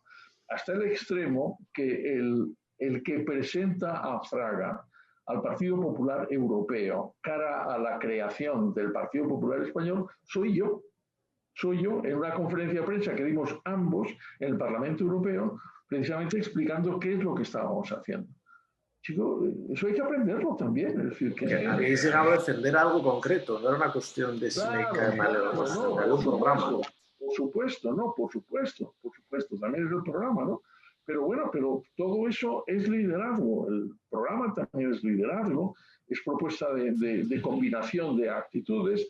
Todo eso es el liderazgo, a eso me refiero, ¿no? Claro, la responsabilidad está así, ¿no? Eso, ponerse chulos y decir que uno tiene la verdad absoluta, bueno, pues nos lleva a Sánchez e Iglesias. Pues así estamos, así estamos. Cierto, Javier. Yo quería hacer una última pregunta para terminar este tercio y pasar igual a que nos cuentes sobre tus libros y otras cosas. Quería terminar, más que todo, yo estoy de Ciudadanos como militante, no sé si soy la única del partido que está ahora participando aquí en la tertulia. Yo quería un comentario y pregunta. Vosotros, Javier y Jaime, que tenéis tanta experiencia en política nacional y conocéis tanto de España, Ciudadanos, como decía Eduardo, yo que no vengo, que soy más de vocación que de oficio política, pues yo vengo del sector privado, Ciudadanos captó ese interés, creo yo, más que todo por no ser esos políticos de oficio, ¿no? Esa derecha, izquierda de siempre y en esas guerras continuas de ataques de uno es más malo que el otro. Entonces, Ciudadanos como que llegó y entró en ese centro, pues ofreciendo una alternativa.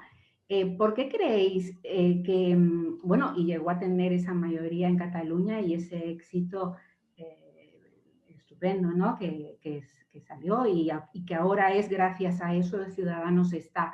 Pero, ¿por qué el ciudadano español no ve ese interés o no valora que un político no tiene que ser de oficio, creo yo, como en otros países, Estados Unidos, por ejemplo, la mayoría viene de empresas privadas, o en Alemania o otros países desarrollados como nosotros? ¿Por qué? Y se siguen inclinando, porque las encuestas lo dicen. PP, dentro de todo el golpe que tuvieron Casado, sin ir muy lejos, fue un golpe muy duro, la bajada de diputados, y el mismo Sánchez, que no baja, es que no baja, a pesar de todo lo que está ocurriendo, las encuestas lo tienen allí. ¿Por qué creéis, dentro de vuestra experiencia, que ocurre esto en la sociedad española? Yo creo que hay, para mí los ejemplos, es decir, tenemos varios datos a los cuales tenemos que tener en cuenta. Primero es el sistema electoral. No quiero ponerme pesado, pero el sistema electoral es el que es. Tenemos un sistema electoral básicamente proporcional, que, como sabemos, funciona de manera diferente en las provincias según las poblaciones, y hay provincias en donde se convierte prácticamente en un sistema mayoritario, pero vamos, es básicamente proporcional, que lleva al Congreso y fundamentalmente al Congreso unas determinadas mayorías de acuerdo con determinados comportamientos electorales. Eso es lo primero que hay que tener en cuenta, ¿no? Y lo que hay que ofrecer es, consiguientemente, un producto que resulte atractivo para una mayoría de los españoles. Eso lo han conseguido en la derecha y en el centro derecho, lo han conseguido dos formaciones. Una es UCD y otra es el Partido Popular. ¿Por qué? Porque se unieron. En UCD, bueno, Jaime Ignacio se acordará también. Ahí estábamos de todos los colores, de todos los orígenes, de todas las convicciones, pero decidimos que valía la pena. Y el Partido Popular, en la práctica, reprodujimos exactamente la misma historia. ¿Y qué pasó entre tanto? Pues que hubo 14 años de Partido Socialista porque la derecha y el centro fueron incapaces de buscar exactamente los mismos acuerdos que habían permitido los éxitos. Es tan simple como eso. Yo, si fuera en este momento responsable del Partido Popular, hablaría con Ciudadanos, con la señora Arrimadas, que creo que es la que todavía gana, todavía manda, pero decir, oye, mira, vamos a buscar una incorporación. Y la incorporación se hace, te doy estos puestos aquí y tal, y no estamos con la historia que tenemos aquí en ese momento en Madrid, en donde resulta que la señora Ayuso se pelea, o el señor Aguado se pelea con la señora Ayuso, pero hombre, por Dios, a esta altura de la película. Hombre, ¿a dónde va eso? Pongámonos en la piel del elector, que naturalmente le interesa el bien del país, no sabe gran cosa de la política, y lo que quiere es que sus intereses sean representados y ganen y tal. Usted no me venga con estas historias. Desde ese punto de vista, lo vuelvo a repetir, yo estoy absolutamente convencido que si en este momento hubiera elecciones, Ciudadanos no sacaba ni un solo diputado. Ni un solo diputado. De manera que no me vengan con historias de que hay que corregir a la señora y tal. Y en el caso de PP y en el caso de Ciudadanos, en donde ya comienza a haber, no digo yo que una total paridad, pero una cierta paridad, porque sube Vox y el PP, según vemos en las encuestas, está cayendo, pues yo haría exactamente lo mismo, me sentaría y, bueno, concebiría una serie de propuestas y tal, y naturalmente, ¿qué es lo que iba a pasar? Que Iglesias iba a decir que la extrema derecha, hombre, que la extrema izquierda vuelva a condicionar y a predicar lo que hace la extrema derecha, hombre, hasta ahí hemos llegado. Es decir, es que estamos permanentemente pendientes de lo que nos dice la izquierda, hombre, por Dios. Creo que esas cosas hay que tenerlas en cuenta. Pero vamos, al final es que hay que pensar en los electores, gente del común, gente que están pensando que les solucionen sus trabajos, que les den trabajo, que les garanticen, digamos, un sistema racional de vida, que al mismo tiempo atiendan a sus creencias religiosas o no religiosas, cívicas, que al mismo tiempo también les garantice por un determinado nivel de enseñanza para los hijos, para los nietos. Todas esas cosas parece que están únicamente metidos en sus propias historias, ¿no? A ver quién gana más, quién gana menos, a ver quién dice más machadas, menos machadas. Bueno, vamos a ver si recuperamos un poco el sentido del discurso político que está hecho fundamentalmente de la atracción del elector. Y todo lo demás sobra. ¿Puedo? En ese sentido, perdóname, Jaime Ignacio. Por haber sido aludido. Bueno, dale, venga, Jaime Ignacio, sigue tú. Vamos a ver. Quería aclarar no sé cómo se llama, la que ha dicho que pertenece a Ciudadanos. Eduardo. Quería... Jaime, soy Patricia. Bueno, pues yo quiero decirte lo siguiente, mira. En el año 77, y Javier lo sabe muy bien, yo recuerdo que cuando yo fui elegido senador, no sabía si era un cargo retribuido o no. No tenía ni idea. No me preocupaba lo más mínimo. Entre otras cosas porque yo procedía de la iniciativa privada. Yo fui fundador de la empresa Audi, que hoy es Volkswagen, y estuve 5 años allí, luego 5 años de funcionario en la Diputación Foral, ejerciendo algunas funciones. Luego, algunas responsabilidades, y luego monté un despacho de abogado y le dije a mi padre, cuando yo me fui de la Diputación, que yo tenía un magnífico cargo, le dije, papá, me voy a fundar un despacho de abogado. Bueno. Es que le añadí, es que quiero tener libertad de acción política. Estamos en los finales, vivía Franco todavía. Y le digo, y me dice mi padre, la política es un navajeo de rufianes. Y yo le contesté, papá, eso era en tus tiempos. Nosotros lo vamos a hacer mucho mejor. Vale. Y luego me añadió, y en la política hay que estar con el riñón cubierto. Eso no lo entendí en aquel momento, porque yo, como siempre, desde que terminé la carrera había ganado dinero. Pensaba que siempre, toda mi vida tenía que ganar dinero. Bueno, ¿qué es lo que ha pasado después? Bueno, pues lo que ha pasado después, bueno, y en cuanto al espíritu de pacto, yo había fundado aquí un partido que se llamaba Partido Socialdemócrata Foral de Navarra. Ese partido estábamos en la Federación Socialdemócrata, que era de centro-izquierda. Y luego estuvimos en la Comisión de los 9, donde estaba Izquierda Democrática negociando con Suárez las condiciones de las elecciones. Y luego nos juntamos en UCD y yo pacté con Aizpún, que era del Partido Liberal. Pactamos y ganamos las elecciones en Navarra. Después, al cabo del tiempo, y cuando ya se formó PP, el Partido Popular, que es cuando Javier entró en el Partido Popular y yo también, porque yo en Alianza Popular no hubiera entrado nunca, pues cuando entré en el Partido Popular, 2 años después, yo le planteé al señor Aznar y le dije, no podemos ir juntos a las elecciones generales e ir separados a las elecciones forales, porque con eso vamos a perpetuar al señor Uralburu en el poder, que era el secretario general entonces del PSOE, pues toda la vida. Y entonces ofrecí y le propuse disolver el PP para integrarnos en UPN. Y eso es lo que hicimos. Nos disolvimos, llegamos a un acuerdo con UPN, nos disolvimos para formar UPN. UPN a su vez se comprometía a que sus diputados y senadores estarían en el grupo parlamentario en Madrid. Bueno, ¿y qué es lo que he observado? Y ahora contesto a lo de la profesionalización de la política. Si tú no tienes, y Javier Rupérez era funcionario del Estado, pero era embajador, tenía la carrera diplomática, con lo cual estuviera en la política o no, su modus vivendi estaba perfectamente asegurado. Si tú no eres rico, tienes que vivir. ¿Y entonces qué pasa? Pues que conforme ha venido transcurriendo el tiempo, los partidos se han convertido en maquinarias de poder donde al final se delega en uno solo el poder.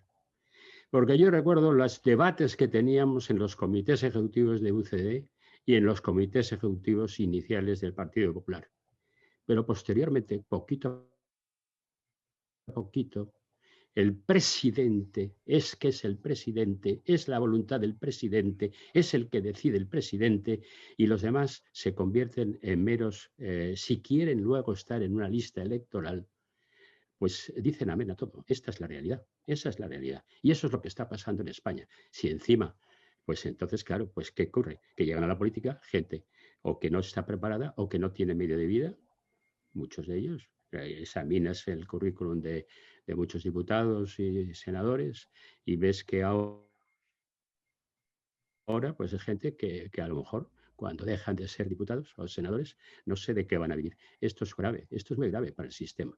Pero luego es que la política no es atractiva para la gente joven, porque dice la gente joven, o sea que si yo me meto en la política tengo que renunciar a mi actividad privada y encima pues bueno, luego ya no voy a saber qué voy a poder hacer.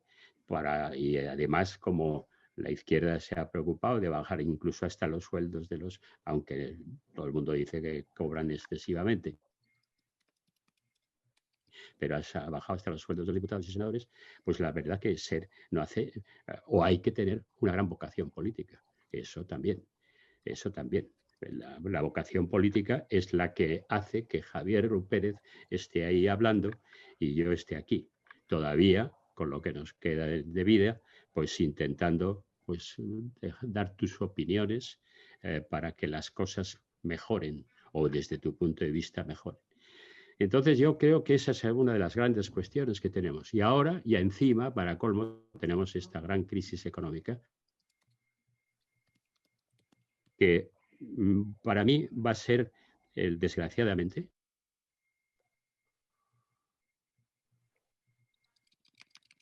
Jaime, que te has quedado colgado. Va a ser... Tenemos un problema de red ahí. que hemos perdido. Está con la... Sí. Ya avisaba de que tenía mala conexión y como se ve, pues se la corta. Ya, bueno, no sé, ahora recuperamos, seguimos, ¿no? Sí, di Javier. Antonio, a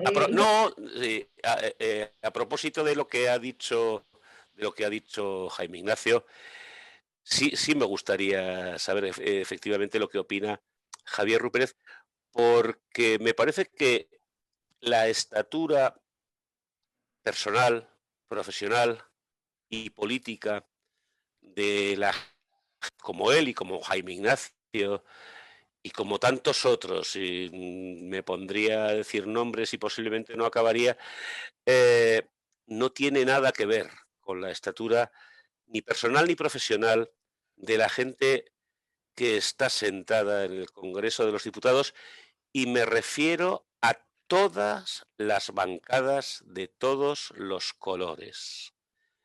Yo creo que hace falta muchísima regeneración, de eso que se habla tanto, en los partidos políticos y en, si queremos llamarlo así, la carrera política, porque lo señalaba Jaime Ignacio, es decir, ¿cuántos hay en el Congreso de los Diputados que como les quiten el escaño no tienen donde caerse muertos? Te lo dejo ahí, Javier. Mira,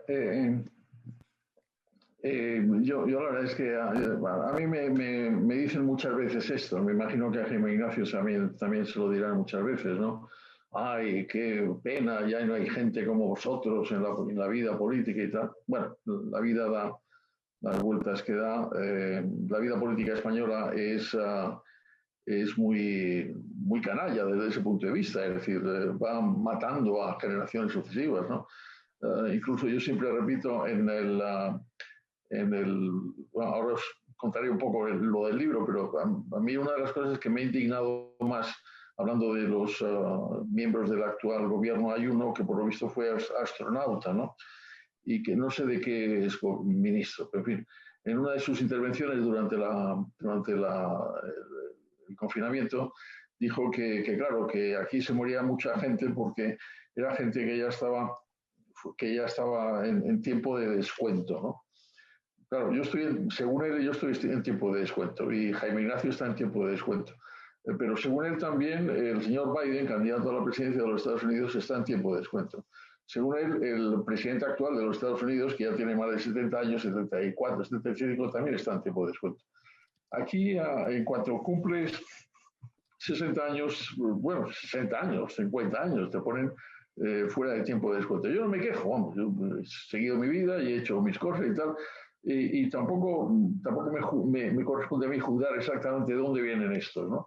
Pero constato que efectivamente muchos de ellos no es que no tengan dónde caerse muertos, es que no tienen ninguna experiencia previa, y si me apuran, no es que no tengan ninguna experiencia previa, porque el tema del trabajo en el sector privado, yo pocas veces he trabajado en el sector privado, mi vida ha sido la de un funcionario público, he sido diplomático a mucha honra, y efectivamente ahora tengo algo más, tenemos una consultoría, mi mujer y yo, pero no, el problema es que no tienen formación. Es uno de los temas también que yo creo que tendríamos que plantearnos nacionalmente. Yo creo que la educación en este momento está en unos niveles absolutamente bajos, ¿no?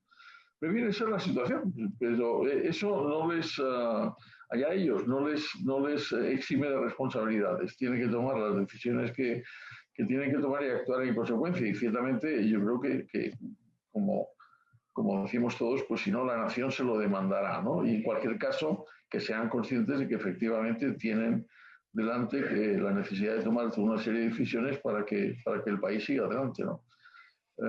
Decía Jaime Ignacio, una cosa importante también es el tema económico.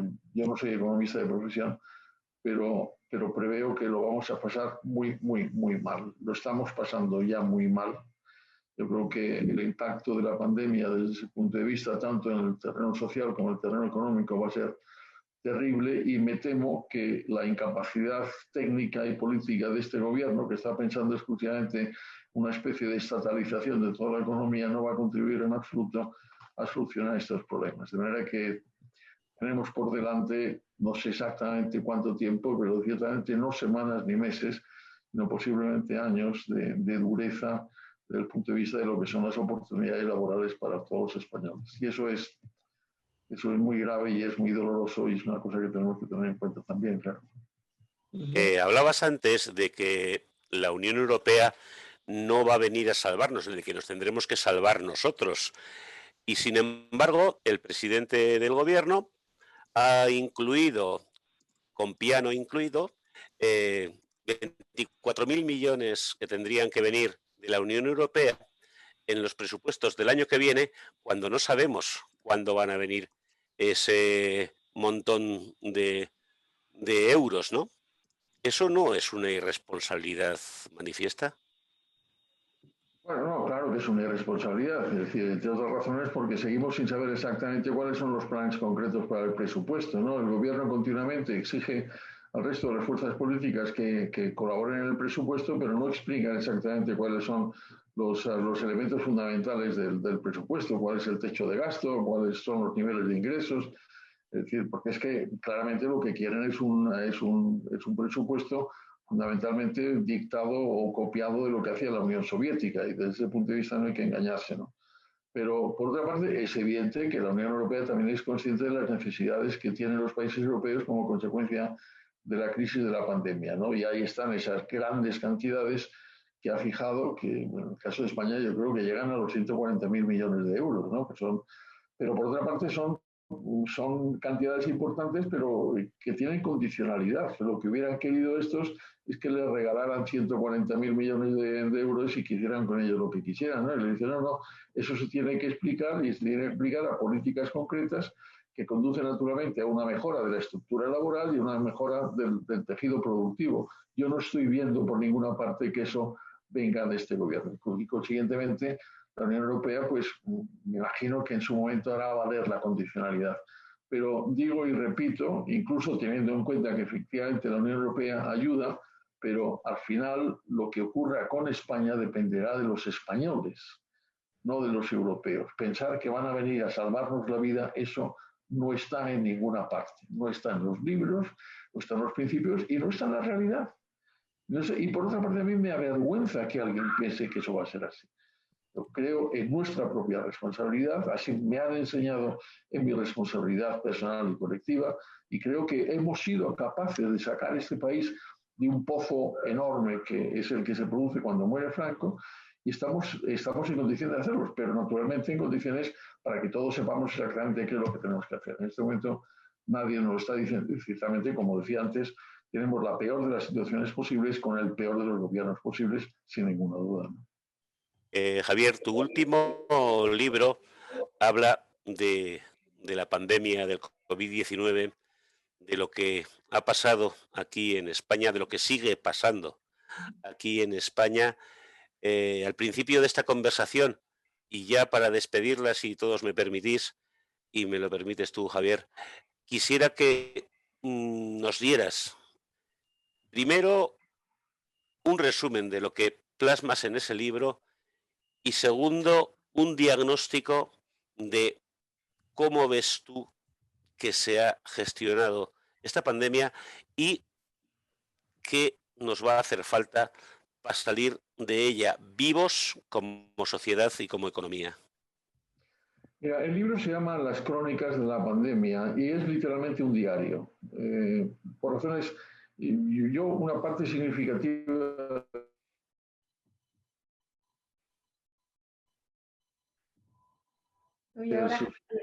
¿Ahora me he quedado yo cortado? De Naciones Unidas. Hemos decidido, mi mujer y mi hija pequeña, estamos viviendo en Washington.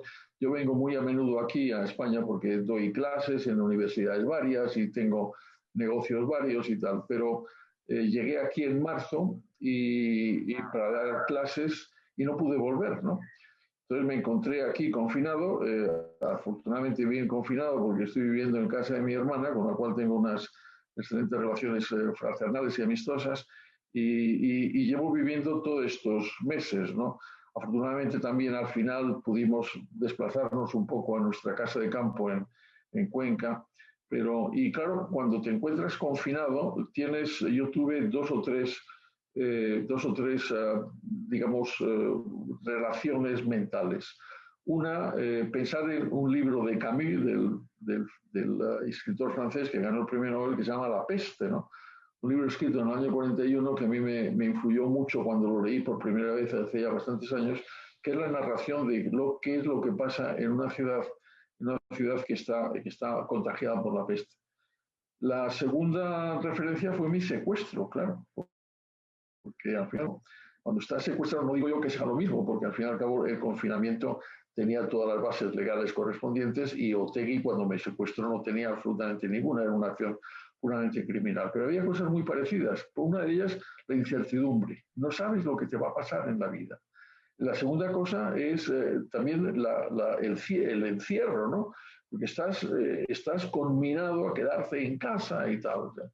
Y la tercera cosa fue la utilización del tiempo, ¿no? Entonces, a mí siempre me ha gustado escribir, he escrito varios libros, y pensé, bueno, este es el momento para escribir un diario, ¿no? Y escribí un diario que no es día a día, pero es un poco las reflexiones sobre lo que me está pasando personalmente, mis relaciones lejanas con mi mujer y con mi hija en Washington, las películas que estoy viendo otra vez, porque al fin y al cabo también hay tiempos para ver películas y series, los libros que he leído que no había podido leer y al mismo tiempo las reflexiones sobre lo que está ocurriendo en la vida española y en la vida internacional, fundamentalmente en la americana y un poco en la china. Ese es el libro, ¿no? Entonces hay pues miles de... Hombre, me encantaría que lo leyerais, ¿no? Y que lo vierais, porque hay cosas muy variadas. Por ejemplo, pues hago una narración detallada de los amigos que se me van muriendo, ¿no? Como consecuencia del COVID, unos más conocidos, otros menos conocidos. También también los libros que he leído y que no había podido leer antes, pero que en este momento he encontrado el tiempo para leerlo. Como digo, las películas y las series que estoy viendo, mis relaciones lejanas con mi mujer y con mi hija a través del Zoom, un poco como estamos haciendo. Ese es el libro. Entonces, mi pronóstico, no digo yo que sea pesimista, no sé exactamente lo que va a pasar, no soy profeta, ¿no? Pero veo la situación con mucha preocupación, ¿no? Primero porque, digamos, hay que partir de una base, es decir, nadie sabía exactamente cómo se gestiona una crisis, una pandemia de este porte, ¿no? Y eso hay que aplicarlo a todos, ¿no? Pero segundo, de los que mejor y otros que lo han hecho peor. Ha habido unos que han conseguido que la gente se muriera menos y otros que no lo han conseguido, ¿no? Y a mí me duele muchísimo ver que nosotros, el gobierno, España, no lo ha conseguido. Y ahí están los números, tanto de los contagiados como de los muertos, tanto antes como ahora, en donde efectivamente estamos contemplando que estamos en la cabeza de los peores, ¿no? De los peores en términos de contagiados y en términos de los muertos, ¿no? ¿Qué es lo que va a pasar? Pues yo no lo sé exactamente, pero lo que veo día a día es que esto no tiene visos de acabarse en semanas, ¿no? Estaremos obligados a seguir conviviendo con el virus y eso trae también toda una serie de comportamientos que uno se pregunta si van a condicionar nuestro futuro, ¿no? Pues primero lo más inmediato, ya no nos tocamos, no nos abrazamos, evitamos estar en grupo, en ese momento tenemos, a mí me hubiera encantado ir a Pamplona y sentarme con vosotros ahí en un restaurante y estar tal, estamos aquí contemplándonos a través de este sistema, que no está mal, pero luego tenemos también, como consecuencia de las imposiciones, tenemos miedo de relacionarnos unos con otros, porque tememos que nos vayan a contagiar y no sé si eso va a seguir condicionando nuestras vidas, ¿no? Y yo creo que tenemos que hacer, desde ese punto de vista, tenemos que hacer un esfuerzo. Yo sí creo que hay que básicamente recordar, no tanto seguir las recomendaciones, no tanto de los políticos, pero sí de los científicos, ¿no? Pues todo eso que dicen, que hay que tener cuidado con todos los temas de la higiene personal, de las mascarillas, yo creo que hay que respetarlas. Hay que respetar también las condiciones que nos imponen desde el punto de vista de las distancias de unos y de otros. Y ves que efectivamente, yo no creo que la vacuna vaya a llegar pronto, francamente, y tampoco creo que la vacuna al llegar nos vaya a solucionar a todos los centenares de millones de ciudadanos que somos en el mundo la vida, ¿no? Pero en fin, dicho todo lo cual, sobreviviremos. A mí me gustaría pues que todos fuéramos conscientes de nuestras responsabilidades, que las aplicáramos y al mismo tiempo también que ejerciéramos la esperanza, ¿no? Los que creemos en Dios, que creamos en la esperanza divina, los que no creemos en Dios o los que no creen en Dios, pues también en sus propias capacidades, ¿no? Y sobre todo es que demostráramos una capacidad de solidaridad humana, personal y colectiva entre unos y otros, que al fin y al cabo sería lo que nos salva. Pero en fin, esto es un poco mis reflexiones en el libro, mis experiencias en el libro y mis experiencias vitales en este momento. No sé si sirven para algo, ¿no? Sí, sí, por supuesto que sí. Muchísimas gracias, Javier. Jaime, no sé si puedes abrir tu micro. Hemos llegado ya al final de esta tertulia, de este jueves. Interesantísimo como era de esperar con estos dos invitados. Os pediría una última frase para cerrar nuestra charla, Javier, Jaime, con el COVID que tenemos y que tendremos y con este revuelo político de gobierno que hay, ¿qué frase nos dejaríais para cerrar? Jaime Ignacio, empieza. Bueno, yo quería decirte, lo primero, que qué lástima que siguiendo el ejemplo americano no tengamos una persona como tú en el Tribunal Constitucional. Eso es lo que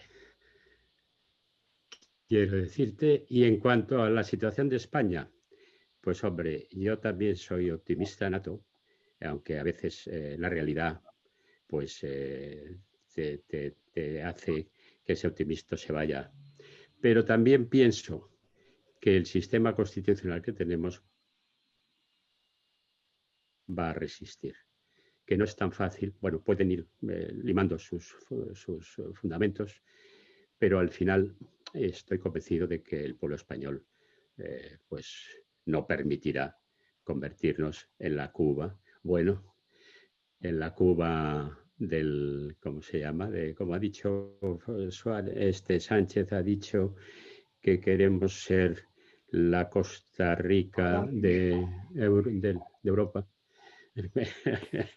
Que cuando, ¿me oyes? Sí, sí. Sí. ¿Me oís? Sí, perfectamente. Pues eso, quería decir que lo que nos quieren hacer es llegar a ser la Cuba de Europa, la Venezuela de Europa, la Corea del Norte de Europa, y yo creo que los españoles y las nuevas generaciones, también confío en ellas, no van a consentir que se elimine su libertad.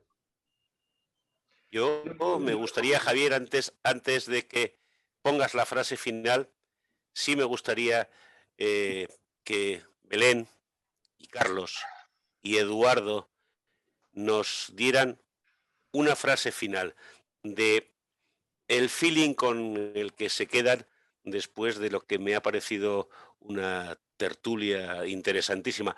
Empezamos contigo, Belén. Gracias. Bueno, el feeling y un poco el resumen es la frase que he puesto en el chat de Ortega y Gasset, de yo soy yo y mi circunstancia, y si no la salvo a ella, no me salvo yo. Y luego, por otro lado, don Antonio Garrigues, en una conferencia de la Pontificia de Comillas, hizo un comentario revelador. Relativo a que la humanidad ha pasado a lo largo de la historia por millones y millones de penalidades, y aquí estamos. Sí, es un poco lo que decía Jaime Ignacio. Carlos. Bueno, primero agradeceros mucho nuevamente el que me hayáis acogido a vuestra tertulia de la mano de Narváez, ¿no? En cualquier caso, yo resumiría con las palabras dedicadas en este caso a la lucidez de un demócrata, a la lucidez de un hombre coherente con lo que han sido sus principios, que estoy refiriéndome lógicamente al señor Rupérez, y además con un feeling, ya que hablas de feeling especial y una sensibilidad especial hacia usted, señor Rupérez, puesto que usted lo ha referenciado. Ahí se nos quedó aquello. Y lo recoge en su libro, de dejar, y no por culpa de la pandemia, sino por las alimañas etarras, ¿no? que le coartaron su libertad. A otros, como a mi tío abuelo, que en paz descanse, le pegaron 13 tiros por la espalda. Él no pudo volver a ver nunca más la luz, pero estaría muy orgulloso de las palabras que usted ha manifestado hoy aquí, porque es un demócrata, porque cree en la Constitución y porque en definitiva es un hombre coherente con los valores, así que muy agradecido por escuchar. Muchas gracias, Carlos. Eduardo. Bueno, yo me quedo con la frase que ha dicho el señor Rupérez de que nadie nos va a salvar, que tenemos que salvarnos nosotros y todos tenemos que poner nuestro granito de arena para contribuir a que la situación cambie en España. Desde luego que tenemos que hacerlo, la perspectiva es compleja, muy complicada, pero no perdamos el empuje, el optimismo y las ganas de corregir lo que se está haciendo ahora mal. Tenemos que hacerlo nosotros, por supuesto que sí. Miguel, Pat. Yo me quedaría con el reto doble que ha resaltado Javier, en el sentido de que, por un lado, los liderazgos de los partidos tienen que encontrar cómo colaborar entre demócratas, entre gente que defiende el Estado de Derecho, pero que siguen teniendo el reto de que esa colaboración llame la atención a los ciudadanos y merezca un voto. Pat. Optimismo, optimismo, como dice Javier y como dice Jaime. Yo creo que al final los españoles vamos a tirar, como siempre lo hemos hecho. El COVID tendrá que pasar, va a costar por lo menos un año más la vacuna, y hasta mientras eso, pues hay que seguir trabajando y aportando. Y nada, muchísimas gracias. Javier, ya me encantaría que cierres la tertulia, y muchas gracias otra vez por estar en Pompaelo, y invitados estáis para nuestra siguiente tertulia, que tendremos todas las semanas. Y hay que decir que le damos la palabra a Javier en cuanto tengamos ocasión. Esa cena en Pamplona bien organizada, hay que montarla. Me parece muy bien. No, muchas gracias a todos. Y por cierto, muchos recuerdos a Eugenio. Es una pena y lamento las razones por las cuales no ha podido estar con nosotros. Se lo transmito, sí. Espero que su padre se recupere rápidamente. No, yo estoy básicamente de acuerdo con todos vosotros. Jaime Ignacio lo ha dicho claramente. Yo no creo que la Constitución desaparezca. Es muy complicado contemplar ese panorama. Ahora, al mismo tiempo también yo creo que tenemos que ser enormemente crudos con el análisis de la situación por la cual estamos viviendo, y seamos conscientes también que tenemos en el gobierno, no precisamente en otro lado, en el gobierno gentes que están empeñadas en derruir, en destruir esa Constitución. Y yo creo al final que saldremos adelante. A mí siempre me impresionó una frase que era la frase de la independencia italiana, ¿no? Cuando Garibaldi conducía los pasos hacia la independencia, cuando decía l'Italia farà da sé. Italia hará de sí misma, España lo hará exactamente. Y desde ese punto de vista yo creo que tenemos que recordar lo que al fin y al cabo somos nosotros, está en nuestras manos el futuro de España, de todos nosotros, ¿no? Yo creo que es lo que tenemos que recordar prácticamente cada día, para que efectivamente aquellos que intentan destruir nuestra convivencia y nuestra democracia no lo consigan. Y muchas gracias, ha sido un placer esta conversación. Magnífico.